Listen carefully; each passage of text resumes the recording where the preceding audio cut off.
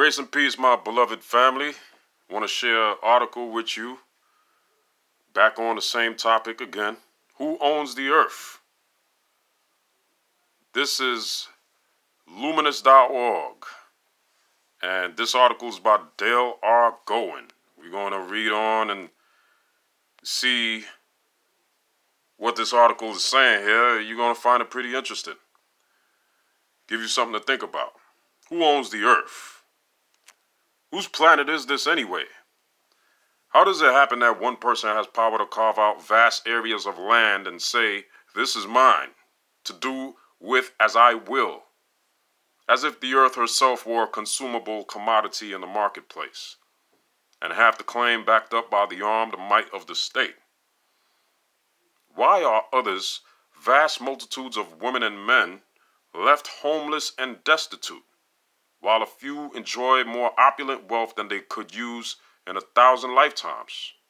How did this situation come to be? Is there not something wrong with this picture? Property is theft. It has been common knowledge since ancient times that earth really belongs equally to all of her inhabitants.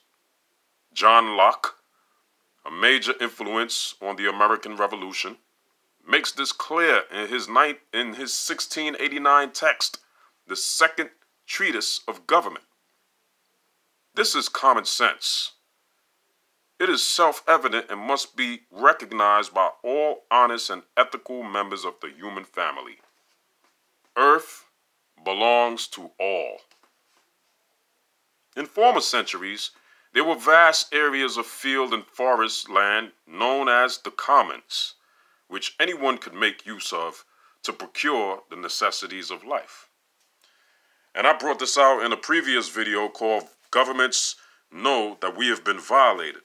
So check out that video that mentions the Charter of the Forest and speaks about the lands that were held in common just a few hundred years ago. Reading on, but as feudalism gave way to the consolidated power of nation-states and empires, these common lands were increasingly appropriated by lords and kings, till none was left for the common folk, those whose livelihood depended on commonly owned resources.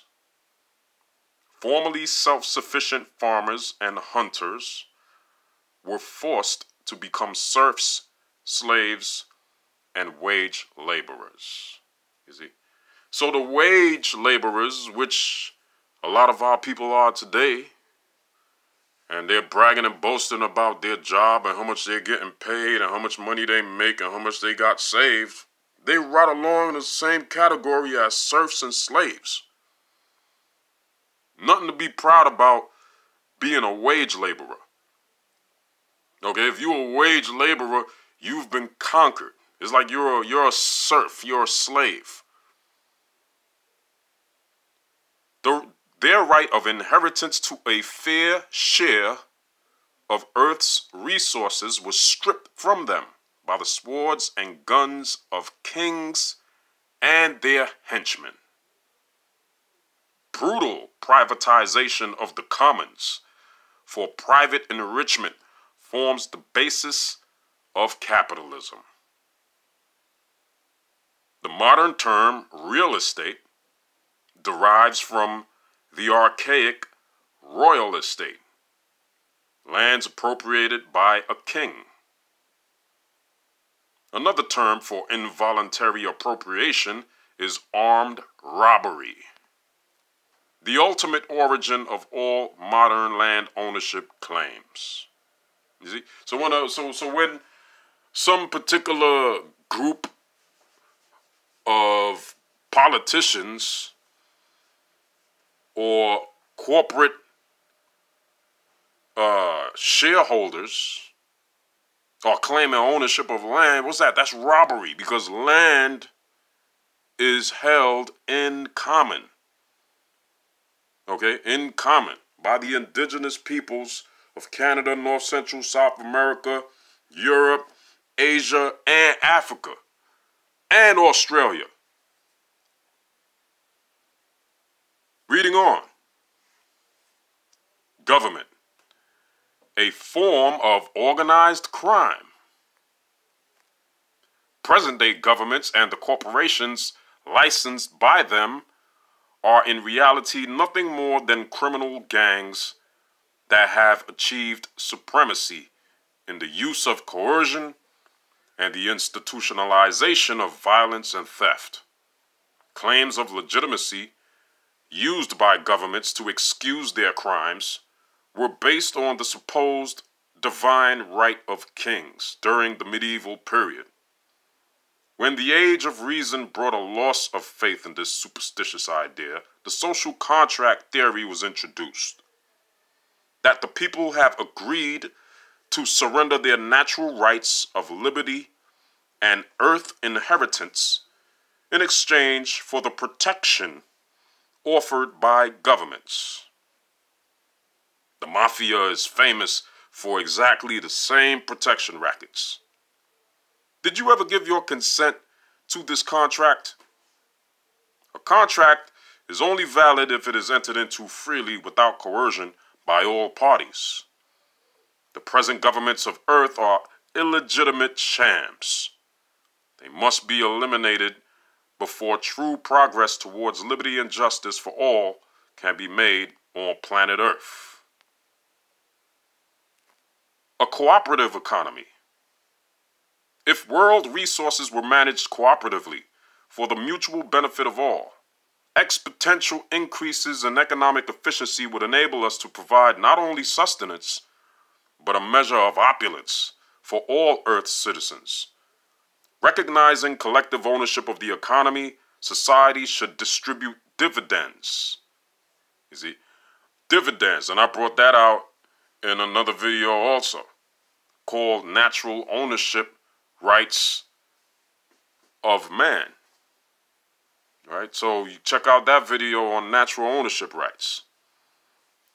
Speaks about that. So I'm going to read that sentence again. Recognizing collective ownership of the economy, society should distribute dividends rather than collecting taxes. Automated industries could reduce our need for human labor. All goods and services could be provided free, and all work could be voluntary.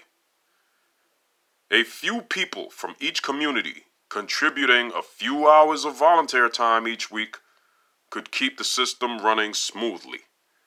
The people of Earth must awake and demand a new world order for all. So check that out, people. I'm going to leave a link to this article at the bottom of the video in the description section. And click on the link, visit the page, watch this video over again. And, think about it. These points I've been bringing out throughout the videos that I've been putting up. Okay, these are facts, man. Facts. Okay, so you need to bring this up to these utility companies and these so-called banks that claim that they own property. Okay, and these governments, from the local level all the way up to the federal level. All governments need to know this truth and need to be examined. They need to be tried. They need to be put on the spot. Let them prove their claim. Or let them show that there's any evidence to the contrary to these facts that we're bringing out. So my people, meditate on this right here and share